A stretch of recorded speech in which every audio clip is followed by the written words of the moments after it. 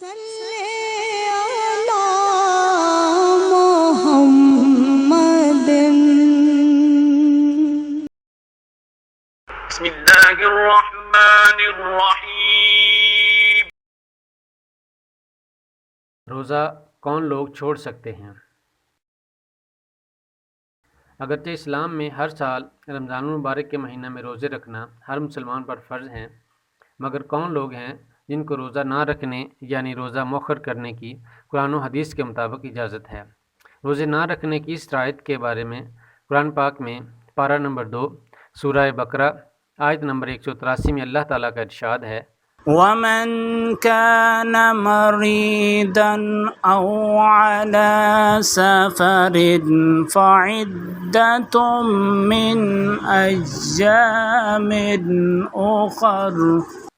اور جو کوئی مریض ہو یا مسافر تو اس کو چھوٹے ہوئے روزوں کی گنتی بعد میں پوری کرنی چاہیے۔ قرآن پاک کی اس آیت مبارکہ کے مطابق دو قسم کے لوگ روزہ مؤخر کر سکتے ہیں کہ بعد میں رکھ لیں گے، پہلا مسافر اور دوسرا مریض۔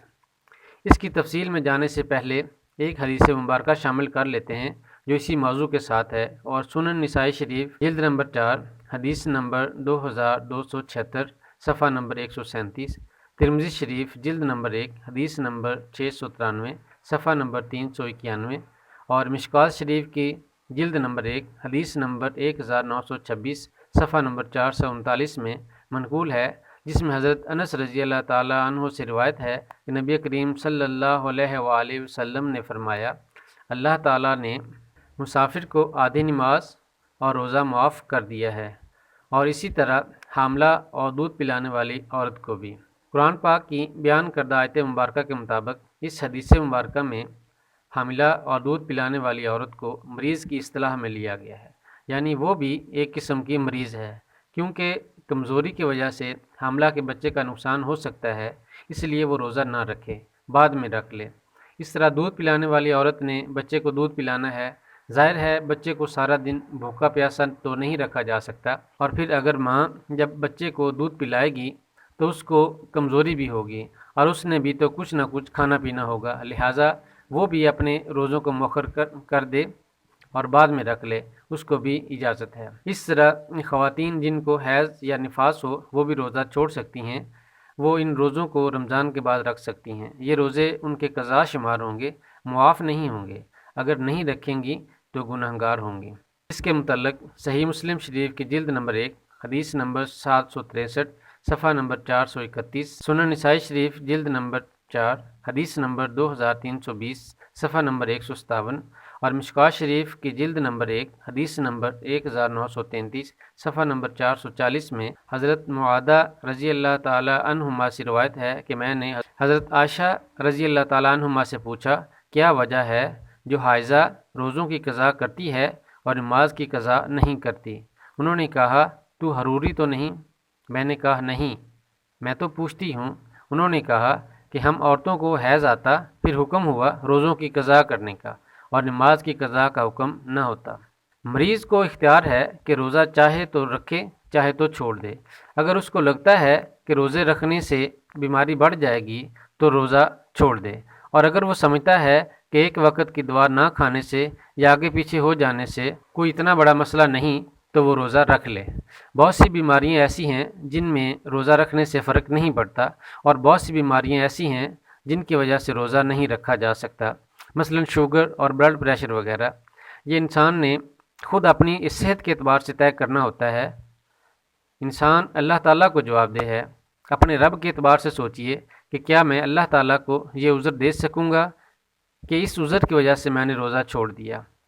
میں یہ سمجھتا ہوں کہ فرض روزہ کوئی مسلمان جان بوجھ کر نہیں چھوڑے گا۔ یاد رکھیں کہ اگر آپ ایک فرض روزہ جان بوجھ کر چھوڑ دیتے ہیں اور پھر ساری زندگی نفل روزے رکھتے ہیں تو بھی اس فرض روزے کے برابر ثواب حاصل نہیں کر سکتے۔ ایسا مریض جس کو امید ہو کہ وہ تندرست ہو جائے گا تو وہ روزہ مؤخر کر سکتا ہے، اور بعد میں جب تندرست ہوگا تو یہ روزہ رکھ لے گا۔ یہ روزے اس کے قضا شمار ہوں گے، معاف نہیں ہوں گے۔ اگر نہیں رکھے گا تو گناہ گار ہوگا۔ اسی طرح اگر کوئی جوان ہو یا بوڑھا کسی ایسے دائمی مرض میں مبتلا ہو گیا جس سے تندرست ہونے کی امید ہی نہیں، یا بیماری کبھی ختم نہیں ہوگی، اس کے لیے روزے رکھنا ناممکن ہے۔ مثال کے طور پر شوگر کا مرض ہو گیا جو عام طور پر ختم نہیں ہوتا، اور شوگر کے مریض کو مسلسل سارا دن کچھ نہ کچھ کھانا پڑتا ہے، تو ایسا مریض روزہ رکھنے کی بجائے فدیہ ادا کر لے، یعنی وہ ایک روزہ کے بدلے ایک مسکین کو کھانا کھلا دیں۔ مسافر چاہے آج کے دور کا ہو یا پرانے دور کا، چاہے کوئی ریل گاڑی یا جہاز پر سفر کرے یا کسی طرح بھی سفر کرے، قرآن و حدیث کی روشنی میں مسافر کو روزہ چھوڑنے کی اجازت ہے کہ سفر کی حالت میں یا سفر کے دنوں میں وہ روزہ نہ رکھے۔ یہ روزے اس کے قضا شمار ہوں گے، معاف نہیں ہوں گے۔ اگر نہیں رکھے گا تو گناہ گار ہوگا۔ صحیح بخاری شریف جلد نمبر 3 حدیث نمبر 1943 صفحہ نمبر 199، صحیح مسلم شریف کی جلد نمبر 3 حدیث نمبر 2625 صفحہ نمبر 130، سنن ابو داؤد شریف کی جلد نمبر 2 حدیث نمبر 2050 صفحہ نمبر 158، سنن نسائی شریف کی جلد نمبر 4 حدیث نمبر 2296 صفحہ نمبر 145، ترمذی شریف جلد نمبر 1 حدیث نمبر 699 صفحہ نمبر 390، اور مشکوٰۃ شریف کی جلد نمبر 1 حدیث نمبر 1921 صفحہ نمبر 439 میں حضرت عائشہ رضی اللہ تعالیٰ عنہما سے روایت ہے کہ حمزہ بن عمرو اسلمی رضی اللہ تعالیٰ عنہ نے نبی کریم صلی اللہ علیہ وآلہ وسلم سے عرض کی کہ میں سفر میں روزہ رکھوں۔ وہ بکثرت روزے رکھا کرتے تھے۔ حضرت صلی اللہ علیہ وآلہ وسلم نے فرمایا، اگر جی چاہے تو روزہ رکھ اور جی چاہے افطار کر، یعنی روزہ رکھنے یا نہ رکھنے کا تجھے اختیار ہے۔ اگر باعث مشقت و ضرر نہیں تو رکھ لے ورنہ چھوڑ دے۔ صحیح بخاری شریف جلد نمبر 3 حدیث نمبر 1947 صفحہ نمبر 201، صحیح مسلم شریف جلد نمبر 3 حدیث نمبر 2615 صفحہ نمبر 128، سنن ابو داؤد شریف جلد نمبر 2 حدیث نمبر 2053 صفحہ نمبر 159، اور سنن نسائی شریف کی جلد نمبر 4 حدیث نمبر 2312 صفحہ نمبر 152 میں حضرت انس رضی اللہ تعالیٰ عنہ سے روایت ہے کہ ہم نبی کریم صلی اللہ علیہ وآلہ وسلم کے ساتھ رمضان میں سفر کیا کرتے تھے۔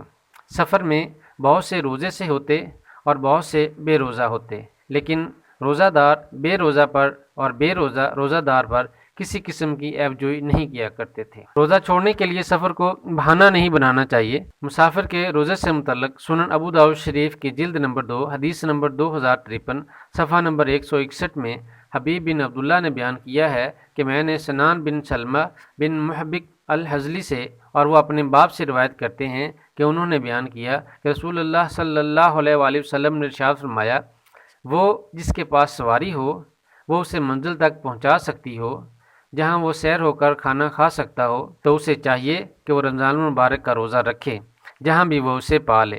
یعنی اگر روزہ رکھنے میں اس کے لیے کوئی مشقت اور تکلیف نہیں تو اس کے لیے روزہ رکھنا افضل اور بہتر ہے، ورنہ مطلب کہ سفر میں روزہ افطار کرنے کی اجازت تو ہے۔ اللہ سے دعا ہے کہ اللہ تعالیٰ مجھے، آپ کو اور تمام مسلمانوں کو دین اسلام کو سیکھنے اور اس پر عمل کرنے کی توفیق عطا فرمائے، آمین۔